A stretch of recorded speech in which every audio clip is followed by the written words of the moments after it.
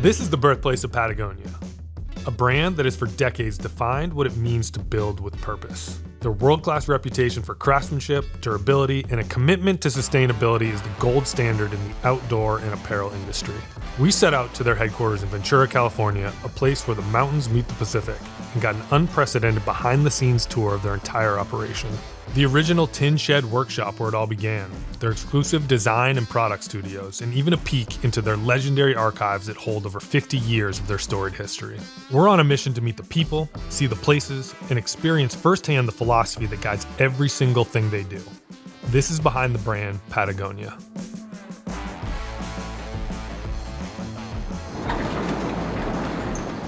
Corey. Ben, my man, good morning. Good to see you, Dude, man. thank you. Thank you for coming by. Thank you for having us. Yeah, of course. I've been looking forward to this day for a long time. One, in the preparation for this actual shoot, but working with Patagonia, knowing the story for so long, we are at the shed, quite literally where It all started. Yeah. Everybody says like good bands, good companies start in garages, start in basements. Well, like we've got our shed. Patagonia's story begins right here, in a small tin shed hidden away on campus. This is the very blacksmith shop where founder Yvon Chouinard forged the first climbing gear that would ultimately lead to the creation of Patagonia. So before Patagonia was Patagonia, it was Chouinard Equipment Company, and that was solely in charge of building hard goods for rock climbing and ice climbing. So at the time, it's like that edge of the spear, like that really fine, amazing climbing gear didn't exist. So Yvon was able to take current designs, innovate, and then make his own. And then after a while, it was 1 or 2 blacksmiths, 3 or 4 blacksmiths. Hey, let's get somebody who's got some engineering ideas and figure it out. And soon it was Yvon and his dirtbag buddies that were building things for really at that point, the pinnacle of performance climbing and taking climbing to where it was to that next level. Is this one of the original anvils? It's like the very original. No that way. Literally started it all. What this has done and seen and been for our brand is literally everything. I can feel That's what I'm getting saying. like tingles. Yeah. It's like, and when you hear him, when he's like hand forging and he's just smashing, I mean, obviously it rips in these walls. It's so loud, but it's just amazing to watch. Like you see the fire going, you see all that hot iron, and like he's just pounding away at it like it's back in 72 again. I feel like so much of that forging forward mentality comes from here. what resonates most with me is that the very first products were made for themselves. There was no business case, no big idea about how much money they were going to make, just an obsession with making better climbing gear. That rich history of climbing and craftsmanship can be seen throughout the campus and on full display in one of the most impressive collections of gear I have ever seen. So this looks like the Wall of Fame. This is, you can really see the evolution from like the 60s with the pitons. So These like if were you like look, where it started, like sort of OG, product number one. Yeah, like we're talking 63, 64, Yeah. really what that whole era of climbing was built on. And then you get into all these other pieces that you're starting to see less invasive climbing, more clean climbing gear, and you see how like all of this comes together. By 1970, they had become the largest supplier of climbing hardware in the United States, and when they realized the very steel pitons they were selling were permanently damaging the rock walls they loved, they took a risk. They published a manifesto on clean climbing, urging the community and themselves to change. It was a move that went directly against 70% of their business at the time, but it was the right thing to do. This was the first of many big environmental steps the company would take. I think the why of what we're in business, the why is a really big deal. You timed that perfectly. That's what I'm talking about. And like, that's why we have this whole hall just decorated in what we've been doing. In 2022, Yvon pretty much gave away the company. So now every profit that we make that isn't reinvested into the business then gets given away to NGOs, to nonprofits, to groups working to save public lands, help ocean restoration, whether it's just protecting something as small as your local fishing hole. Right. All of these things have value for certain folks, and like, I think it's amazing that we're able to try to tackle as much and to try to be as steadfast of, we want to build the best product, we want to cause the least amount of harm, and we want to do the absolute best with the business. And I feel like it's a pretty epic way to go to work every day knowing that that's what you're a part of. Totally. I mean, I think we've been talking a lot about it. I think that, to me, that's the epitome of a great brand, right? It's like, what do you do and what are you doing it for? In the early 80s, as employees were starting families, they decided to do something unprecedented at the time and build their own on-site childcare center. If you're going to be a family company, you got to support those families at every step. It came out of a need, but it was one of like many things in Patagonia's history of like commit first, figure it out later. Totally. So it's like, hey, we're going to do childcare. Yeah. Well, all right, what does that look like? You guys have described it as like Patagonia still to this day, it's like, it's an experiment. Oh, right? 100%. Like breaking the norms, setting new standards, but to like set those standards, you just have to do it. Like there's no playbook in front of you that says, here's the business case, here's the study. It's like, this feels right, go do it, then see how it evolves. That always be tinkering mentality isn't just about product. Right. It's about business practices, supply chain partnerships, innovations. What are we doing in the world? How are we donating our money? And I think when you know that everything's up for change and evolution all the time, it creates a pretty cool space to be in. Totally. And to be in meetings and to be meeting with vendors and hearing kids in the background, it really creates something that is so unbelievably unique and valuable that it's insane. It just makes me happy hearing kids in the background. I'm like, oh, I miss my kids. That willingness to prioritize the well-being of families is a core part of Patagonia's DNA. And today, some of those very kids who grew up in this center are now working full-time on campus with families of their own. I was told if I were lucky, we'd be able to check out some of the iconic Patagonia staples deep from within their archives. Corey made it happen, and now we're getting a chance to see some of my favorite pieces of outdoor apparel.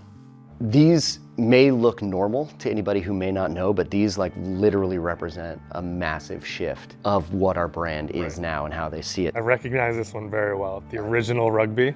The original rugby.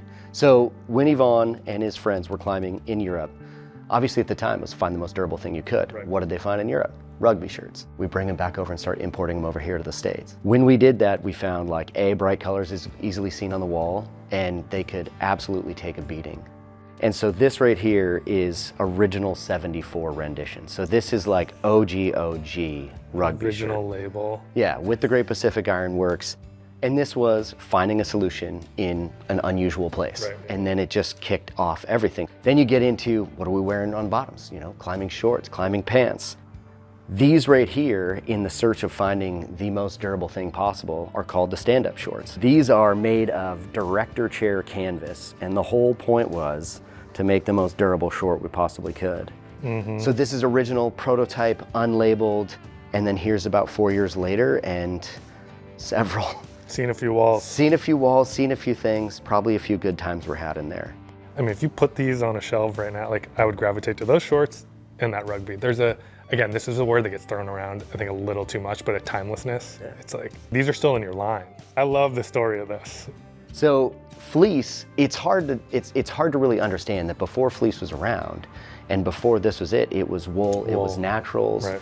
It was heavy, and what was the big Achilles heel of that is moisture uptake. So when you're getting it soaked, you're exposing yourself to possible hypothermia. It would never dry out. It just wasn't performance-based. So Yvonne was looking for that next insulation layer. And Melinda went down to the LA Fabric Convention and found something that was unbelievably not for performance outdoor recreation use, but was a toilet bowl cover.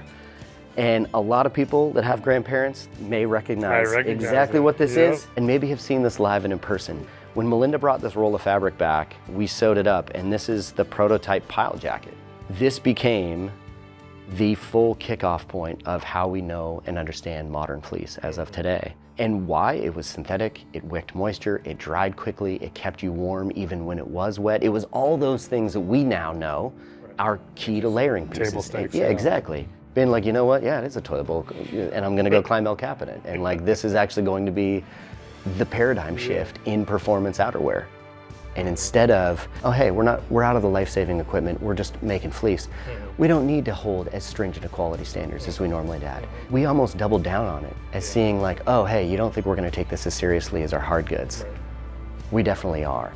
Every product here has a purpose and a story attached to it. Seeing them all in one place, you start to understand how easy it is for Patagonia gear to be passed down through generations. But even with gear that's designed to take a beating over the years, time still takes a toll. That's why Patagonia believes it's not enough just to make a durable product. If you stand by it, you have to be able to repair it too. Nowhere is that commitment more evident than right here at the Wetsuit Repair Shop. So our Wetsuit Forge, which is many things, it's another one of our spots where we can build out prototypes, but more importantly, it's all of our wetsuit repair center. Now this crew will take a suit that you've had for season after season, blow out a chest seam, blow out a knee pad, your zipper. They'll take it, patch it up, get it back to you, keep you in the water. They'll also load up a van, go on the road. They'll go out and they'll fix other brands' wetsuits. Because what's the point of having something with a torn knee pad that's just gonna sit and end up in a landfill? We'd rather throw some stitching and glue in it and like get it back in the water. And it's not just wetsuits. Patagonia stands by all of their gear. Their ironclad guarantee is a promise to repair or replace anything they make within reason. Their goal is simple: keep gear in use longer and out of landfills. What are we working on? So we see all kinds of issues that come through suits depending upon how hard the suit's been out in the wild. This particular moment is where we're gonna put all the good panels back into the suit that G had done all the prep work with. So I kind of attune it to like body work on a car. We find the panels that are failing, we cut those areas out, we draft off new panels from an updated material package. But at the same time, we're also having all of these aha moments along the way because we're able to pull out of the work of the act of repair to drive that into the redesign of a wetsuit. So it's this really beautiful puzzle that comes together. So for example, this suit right here in front of us, it's actually a pretty cool repair because this suit's 13 years old for a wetsuit, which is insane. It's funny, people look at wetsuits and they see like what's on the outside. You know, the industry's ran power seams, they ran all kinds of different experimental construction, but 90% of the integrity of a wetsuit seam performance is the glue bond. The glue. Between the panels. Yeah. So it's just like painting. You know, you're gonna dab a little bit of paint, a little of glue, right? And then we're just gonna lay down. Oh yeah. We're just gonna follow the seam line. We got ourselves a new summer intern. That's what I'm talking about. Watch this. Switching hands. Whoa. These are delicate hands. Let's just say I'm glad they have a team of real experts and not relying on my handiwork. Their worn wear operation isn't just a service, it's a commitment to keep your favorite gear in action for many years to come. It wouldn't be a trip back to the California coast without checking out a new trail at the end of the day. I've actually had my eye on a new pair of running shorts, so made a quick detour to Patagonia's first retail store. And of course, I can't come home empty-handed, so had to grab something for the kids. We've never built a store from the ground up. We've always taken over an existing building.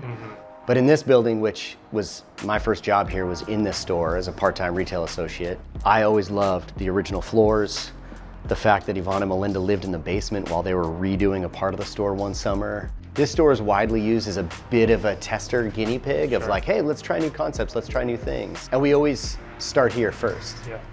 At the infancy of the company, the whole entire Patagonia was here, all in here. And then slowly started going room by room, building by building, and things like that. No space goes unused. No, not at all. One shopping montage later, and I'm starting to regret not checking a bag. Even lunchtime at Patagonia is an experience. This is a far cry from frozen pizza and fish sticks of your middle school lunch. The food is thoughtfully sourced and prepared. It's fair to say the whole crew was impressed. So like we take our cafe really seriously. Instead of having employees like be tapped out, have to go get food, have to do their own thing, like we get fed breakfast, lunch, and snacks every day. So if you've got your kids, if you forget to pack lunch, you can come in here, you can grab something, then you can go eat with your kids.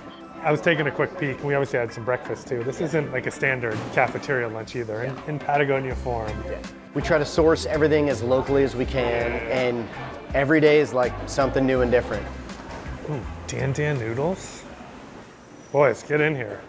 After a quick lunch break, we headed across campus to get a breakdown of one of my favorite travel bags of all time and to see what new additions to the lineup the team has in store. We're gonna chat some bags. We're gonna chat talk one of my bags. favorite lines of bags. Yeah, all things happiness here on the table. We're here to talk about the MLC series, which stands for Maximum Legal Carry-On. And it's really about taking like absolute full advantage of the space provided for you in those various like airline allowances, both overhead, under the seat in front of you, and also that personal item here.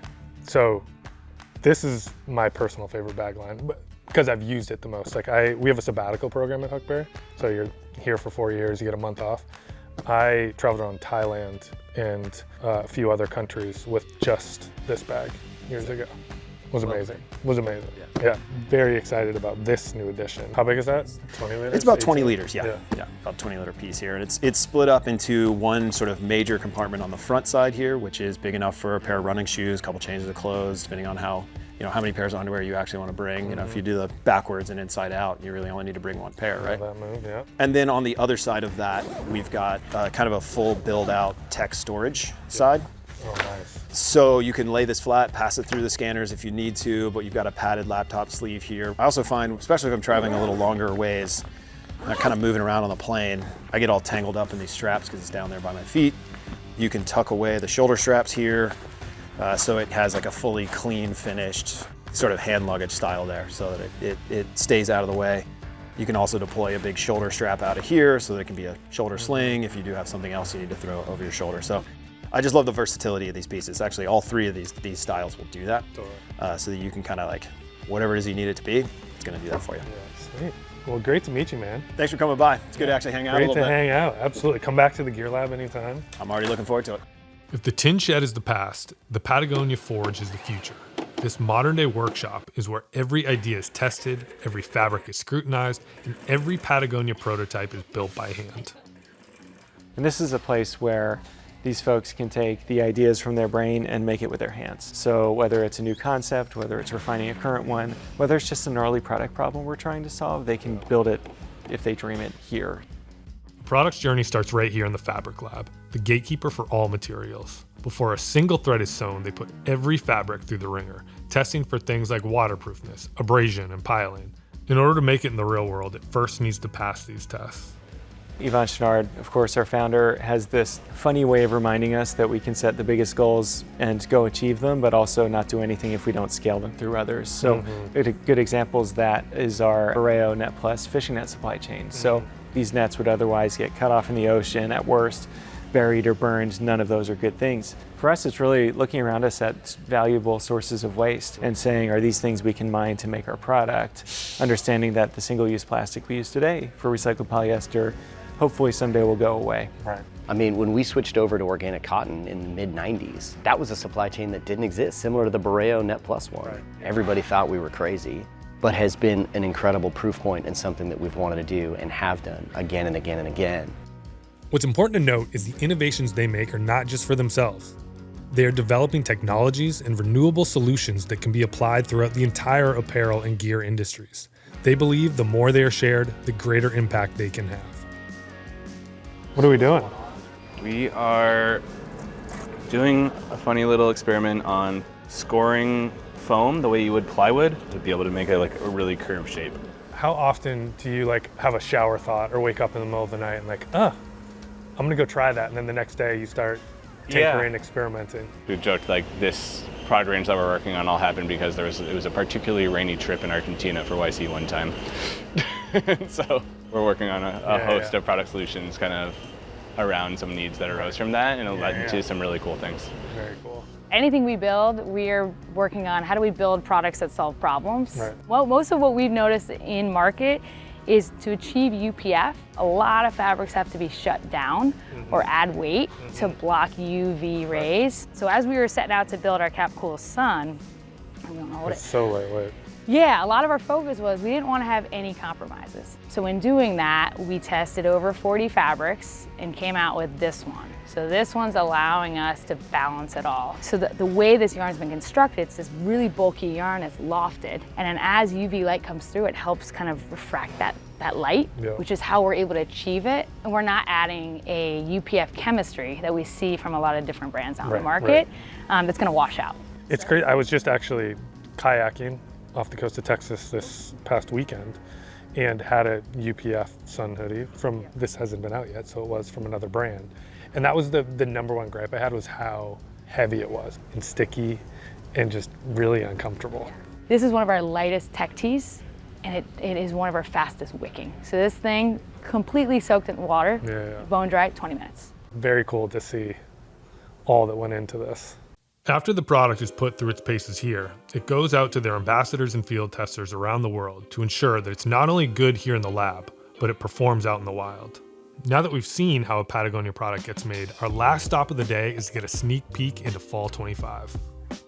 Ben, I do want to get you some time with Mark. Mark Yes. Little runs all of our lifestyle outdoors, lifestyle essentials business. He's been with the brand for more than a decade and has had so much to do with how our brand comes to life in so many facets of like what we're wearing every day.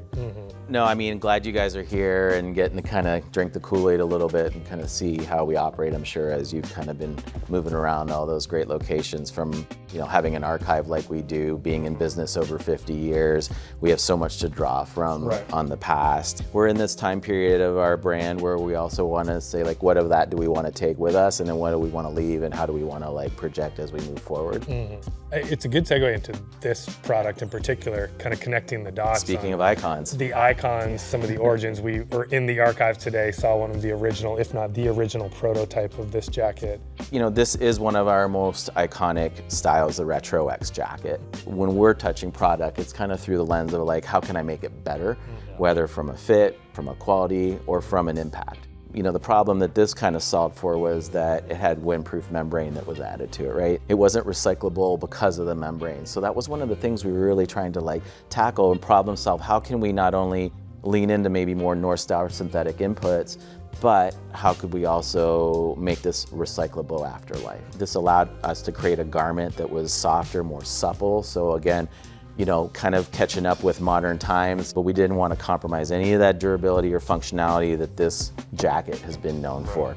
All right, we're continuing on. I mean, this is the greatest hits tour. Kind of is. Let's talk about another icon moving in, or I should say down the Fleece family, if you will. Down the Fleece family, if you can go down, but yeah, the Snap T pullover. Classic. Chinchilla, it is a classic. Kind of started it all. 1985 is when this kind of came into the mix as a brand, and it's been around in a myriad of different versions over the years. We've really left this thing relatively the same because it's so versatile. It still has the original wide joint sleeve in it for movement. So, whether you're bouldering or commuting on your bike or just daily living or getting out there skiing, it's great. Post-surf check. I mean, it just works for everything. The last thing I'll say, how you describe now, just again, that versatility. You just throw it in your bag. You're gonna have a reason to use it. Yeah.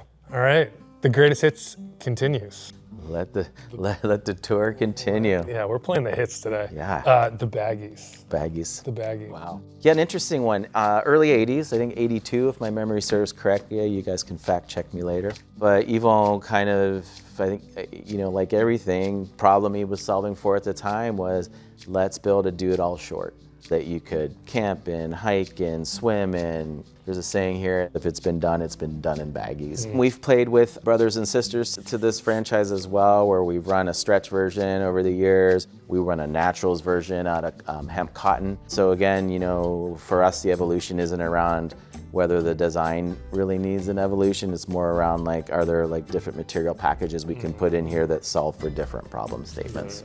And this short's a really good example of that when you think about when it launched in 82 in virgin nylon in a cut and sew factory to fast forward today where it's using recycled fishnets and in a fair trade certified factory. That's the innovation we've made, right? The short itself has stayed pretty simple and pretty similar, but the innovation we made is what's its impact on, Mother Earth. Sure, very cool. Baggies. If it's been done, it's been done. It's been done in baggies, I love that. I could talk for hours about every product in our line, but obviously I think you guys want to go have a little fun. Yeah, I mean, we've been talking a lot about the activities these products are built for, maybe time to talking about it all. No, this is fun, but now we're gonna get out. I think we're gonna test. Go for a run. I just picked up some new trail run shorts. I didn't need to be sold. I didn't need to be bought into the brand, but my Kool-Aid is high right now, so. I came to Patagonia thinking I knew the brand, but what I'm leaving with is a completely new level of appreciation. We saw the entire ecosystem and the shared foundation that translates across all of Patagonia. Every person I met, from the designers to the repair techs, is driven by the same thing, a genuine, unwavering belief that business can and should be a force for good, and that gear should be made with purpose. It's in their DNA. They're not just a brand. As Yvon said, Patagonia is a living, breathing experiment.